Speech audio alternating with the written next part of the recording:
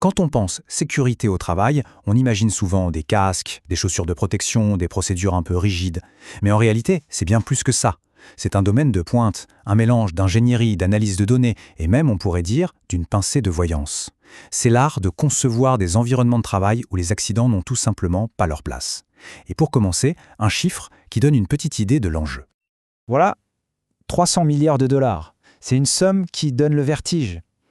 Et ça représente Le coût annuel de la maintenance, rien que pour les usines américaines. Et ce qui est fou, c'est qu'environ 80% de ce montant sert en fait à corriger des pannes à répétition, qu'elles soient mécaniques, liées au système ou même humaines. C'est une somme colossale. Mais bon, ce coût financier, ce n'est que la partie émergée de l'iceberg. Parce que oui, derrière chaque panne, chaque incident, il y a un coût humain. Et celui-là, il ne se chiffre pas en dollars. On parle de bien-être, de santé et parfois malheureusement de vie. C'est vraiment ça la véritable motivation de cette ingénierie invisible. Alors, pour décortiquer ce sujet, on va suivre un parcours en 5 temps. D'abord, on va voir quel est le vrai prix d'une défaillance. Ensuite, comment l'ingénierie a basculé de la simple réparation à la prévention. On parlera aussi des nouveaux risques du travail d'aujourd'hui, avant de découvrir comment la prédiction est en train de tout changer. Et enfin, on se projettera un peu dans l'avenir de la sécurité. Une machine qui tombe en panne, ce n'est jamais juste une machine en panne. C'est le début d'une réaction en chaîne qui va toucher la production, la qualité, les coûts et surtout la sécurité des gens qui travaillent autour.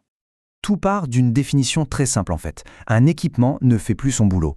Sauf que les conséquences, elles, sont immédiates et multiples.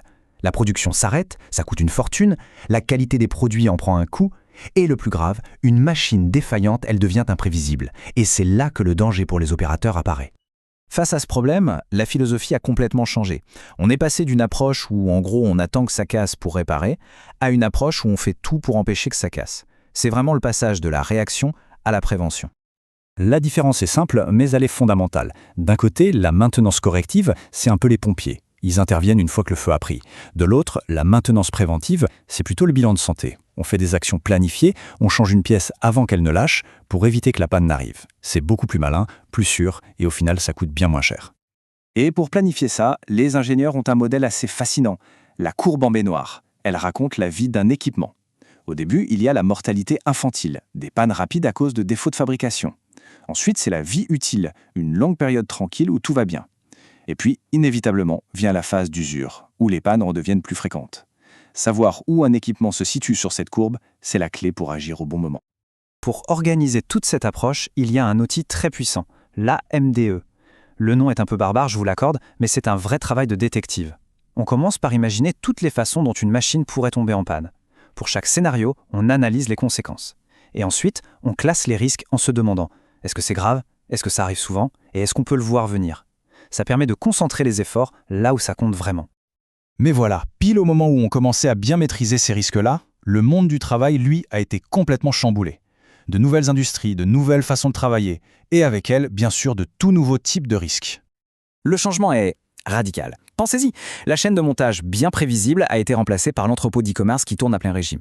L'opérateur de machine a laissé la place au personnel soignant qui est tout le temps en mouvement. Et le travail ne se fait plus seulement dans une usine, mais dans toute la ville, avec les livreurs à vélo. Le travail est devenu plus mobile, plus rapide, et les efforts physiques sont totalement différents.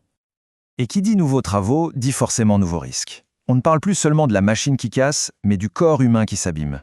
Les troubles musculo-squelettiques dans le secteur de la santé, les contraintes sur le corps dans la logistique, et puis il y a un risque plus sournois, le stress psychosocial, lié à la pression des algorithmes et à l'isolement des travailleurs de la gig economy.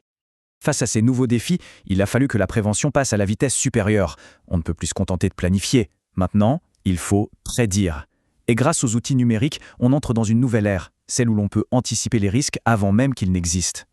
La question fondamentale, c'est celle-ci. Est-ce qu'on peut identifier et éliminer un risque avant même que le poste de travail n'existe dans le monde réel, avant que le premier salarié n'arrive? Eh bien la réponse est oui. Et l'une des solutions, ce sont les mannequins numériques. Imaginez des avatars virtuels qui peuvent simuler n'importe quelle tâche. On peut leur faire soulever une caisse et voir instantanément la pression exercée sur leur dos, sur leurs poignets. On peut donc optimiser le poste de travail dans le monde virtuel bien avant de construire quoi que ce soit. Le risque est tout simplement éliminé à la source. Cette simulation va même plus loin, elle permet de rendre visible l'invisible. On peut maintenant modéliser la façon dont le bruit va se propager dans un futur bureau ou calculer très précisément l'exposition d'un soudeur à des champs électromagnétiques. Ce sont des problèmes qu'on peut résoudre avant même qu'ils ne se posent. Et pour la formation aussi, ça change. Fini les manuels qui prennent la poussière, maintenant la tendance ce sont les serious games, les jeux sérieux. On utilise les mécanismes du jeu vidéo pour former les gens à la sécurité. L'idée, c'est de rendre la formation plus immersive, plus engageante, en plongeant les travailleurs dans des scénarios réalistes mais sans aucun danger. Donc on le voit, le monde du travail change, les outils se perfectionnent à une vitesse folle, on passe de la clé à molette à l'intelligence artificielle, mais l'objectif, au fond, reste exactement le même, protéger les gens. Pour résumer, on a vu la sécurité passer de la simple réparation à une véritable ingénierie de la prévention. On a aussi vu apparaître de nouveaux risques liés au corps et au mental avec le travail moderne. Et on a découvert que la simulation est la nouvelle clé pour atteindre un but qui, lui, ne change pas, adapter le travail à l'humain. Et cette philosophie, elle est parfaitement résumée dans cette phrase « adapter le travail aux travailleurs et non l'inverse ». C'est le cœur de l'ergonomie moderne. Le but n'est plus de trouver des gens assez forts pour un travail difficile, mais de concevoir un travail qui soit sûr et confortable pour tout le monde. C'est un changement total de perspective. Et donc pour finir, une question reste ouverte. Avec l'intelligence artificielle, la collaboration entre les humains et les robots qui redessinent nos métiers, de nouveaux risques apparaissent déjà. La question n'est plus seulement de réagir ou de prévenir, mais bien d'anticiper. Alors quelle sera la prochaine frontière pour la sécurité des travailleurs ? Merci d'avoir suivi cette analyse.